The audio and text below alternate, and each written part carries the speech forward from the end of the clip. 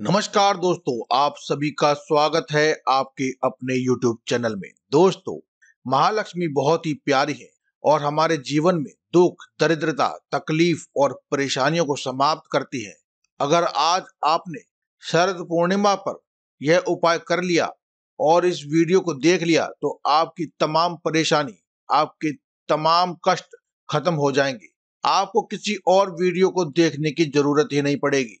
आज की इस वीडियो में हम शरद पूर्णिमा की संपूर्ण जानकारी आपको दे देंगे कि आपको खीर बनाने के बाद वह कौन सा जरूरी काम है जो कर लेना चाहिए। इसलिए आप कहीं और मत जाना, भरोसा रखें, क्योंकि दोस्तों मैंने आपको शुरू में ही कहा था, इस शरद पूर्णिमा पर यह वीडियो आपका भाग्य बदल देगी, आपके भाग्य पर चमकते सितारे की तरह चार चांद लगा देगी। दोस्तों, चुंबक की तरह नहीं, बरसात की तरह आपके घर में बरसेगी माता लक्ष्मी की असीम कृपा। दोस्तों, शरद पूर्णिमा की रात क्यों बनाई जाती है खीर, जाने इस खीर के लाभ। दोस्तों, शरद पूर्णिमा पर खीर बनाने की परंपरा काफी लंबे समय से चली आ रही है। रात को चंद्रमा की रोशनी में दूध से बनी खीर रखी जाती है और उसे मां लक्ष्मी को भोग लगाकर शुभ प्रसाद के रूप में सभी लोगों में बांटा जाता है। दोस्तों, मान्यता है कि शरद पूर्णिमा की रात को चंद्रमा की किरणों से अमृत वर्षा होती है, इसलिए खीर बनाकर कुछ घंटों के लिए चंद्रमा की शीतल जो रोशनी होती है उसमें रख दिया जाता है। फिर इसका सेवन करना अमृत तुल्य माना जाता है, इसीलिए इस परंपरा को आज भी निभाया जाता है। शरद पूर्णिमा की रात को भगवान श्री कृष्ण और मां लक्ष्मी की कृपा प्राप्ति के लिए खीर को बनाकर चंद्रमा की रोशनी में रखा जाता है और अगले दिन या कुछ ही घंटों बाद इस खीर का सेवन किया जाता है। इससे भगवान श्री कृष्ण और मां लक्ष्मी की असीम कृपा आप हमेशा ही प्राप्त होती है।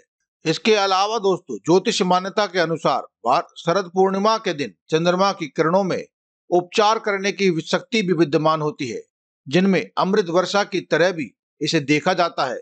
दोस्तों, इस वीडियो को पूरा अंत तक देखें, बीच में छोड़कर मत चले जाना। अभी तक वीडियो को अगर आपने लाइक नहीं किया है तो आप इसे लाइक भी अवश्य कर दें और चैनल को सब्सक्राइब कर ले। कमेंट बॉक्स में जय मां लक्ष्मी भी लिखना बिल्कुल भी ना छोड़े। रावण संहिता के अनुसार दशानन रावण भी शरद पूर्णिमा के दिन खीर का एक विशेष उपाय करके आजीवन यौवन का वरदान प्राप्त कर लिए थे, जिसकी वजह से कभी भी उन्हें वृद्धावस्था का सामना नहीं करना पड़ा था। सदैव ही वे यौवन रहे थे और युगों युगों तक लंका में राज करते रहे थे। शास्त्रों के अनुसार शरद पूर्णिमा की रात गाय के दूध से बनी हुई खीर या फिर गाय के दूध से बने हुए अन्य मीठे व्यंजन को रात में चंद्रमा की खुली चांदनी में नीचे लाकर रख देना चाहिए। जो ये व्यंजन होता है, इसमें अमृत की शक्ति इसमें प्राप्त हो जाती है। अन्य मान्यताओं के अनुसार शिव और माता पार्वती के पुत्र जो कुमार कार्तिकेय हैं, यह शरद पूर्णिमा के दिन ही उनका जन्म हुआ था। इसी कारण से इसे कुमार पूर्णिमा के नाम से भी जाना जाता है। दोस्तों, कुछ चुनिंदा ग्रंथों में और रावण संहिता में यह आपको विशेष रूप से वर्णित मिलेगा कि लंकापति रावण इसी दिन चंद्रमा की रोशनी जो धरती पर पड़ती है, जो अमृत वर्षा के रूप में जानी जाती है, दर्पण के माध्यम से अपनी नाभि पर लेता था, जिसके कारण धीरे धीरे उसकी नाभि में अमृत इकट्ठा होने लग गया था और इस क्रिया से उसे पुनर्यौवन की शक्ति प्राप्त हुई थी। इसलिए आपने देखा होगा, रावण काफी उम्र बीत जाने के बावजूद भी यौवन क्रिया से परिपूर्ण होकर राज करता था और 16 युग बीत जाने के बावजूद भी उसका शरीर रोगों से मुक्त रहा, दोषों से मुक्त रहा और यौवन से भरे हुए थे। तो अगर आप भी चाहते हैं कि आप रोगों से मुक्त रहें, हमेशा ही यौवन को प्राप्त रहें, आजीवन आपको बुढ़ापा ना आए, तो आपको अपनी नाभि पर शरद पूर्णिमा की किरणों को पड़ने देना है। बिल्कुल ही आजीवन आपको बुढ़ापा नहीं आएगा।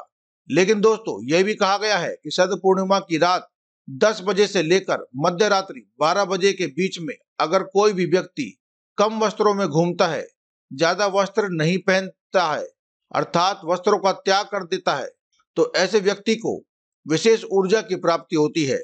ऐसे व्यक्ति को बुढ़ापा नहीं आता है, ऐसे व्यक्ति को रोग और दोष छू भी नहीं पाते हैं। इसी के साथ ही दोस्तों, अगर आप माता लक्ष्मी का स्थिर वास अपने घर में चाहते हैं तो आप एक चांदी का सिक्का या फिर कोई भी एक साधारण सा सिक्का ले लीजिए। यदि आप चांदी का सिक्का आपके घर में मौजूद है वह लेंगे तो अति उत्तम है। दोस्तों, चांदी का सिक्का जिस पर माता लक्ष्मी और गणेश जी का चित्र अंकित हो, उसे एक बार गंगा जल से स्नान कराने के बाद उस पर थोड़ा सा शहद लगा दें और चंद्रमा की रोशनी दर्पण के माध्यम से उस सिक्के पर पड़ने दें। आप दर्पण अर्थात शीशे को इस प्रकार से व्यवस्थित करें कि चंद्रमा की रोशनी टकराकर उस सिक्के पर पड़ने लगे। इस प्रकार से आप कुछ घंटों के लिए या पूरी रात के लिए उसे वहीं पर छोड़ सकते हैं। उसके बाद सुबह सूर्य निकलने से पहले ही आपको उस सिक्के को उठाकर किसी भी लाल कपड़े में बांध करके अपनी तिजोरी में रख देना है। आप चाहें तो तिजोरी में रखने से पहले उसे आप अच्छी प्रकार से गंगा जल से स्नान भी करवा सकते हैं और दूध में स्नान कराते हैं तो और भी उत्तम है। ध्यान रहे कि दूध कच्चा ही होना चाहिए, पका हुआ दूध ना हो। इस प्रकार से स्नान किए हुए आप सिक्के को अपने घर के मंदिर में रखकर पहले माता लक्ष्मी का ही साक्षात स्वरूप मानकर उसकी पूजन करें, रोली चंदन आदि लगाएं, पुष्प चढ़ाएं और जो रात को खीर रखी थी उसका भोग लगाएं। उसके बाद आप उसे लाल कपड़े में बांधकर अपनी तिजोरी में रख दीजिए।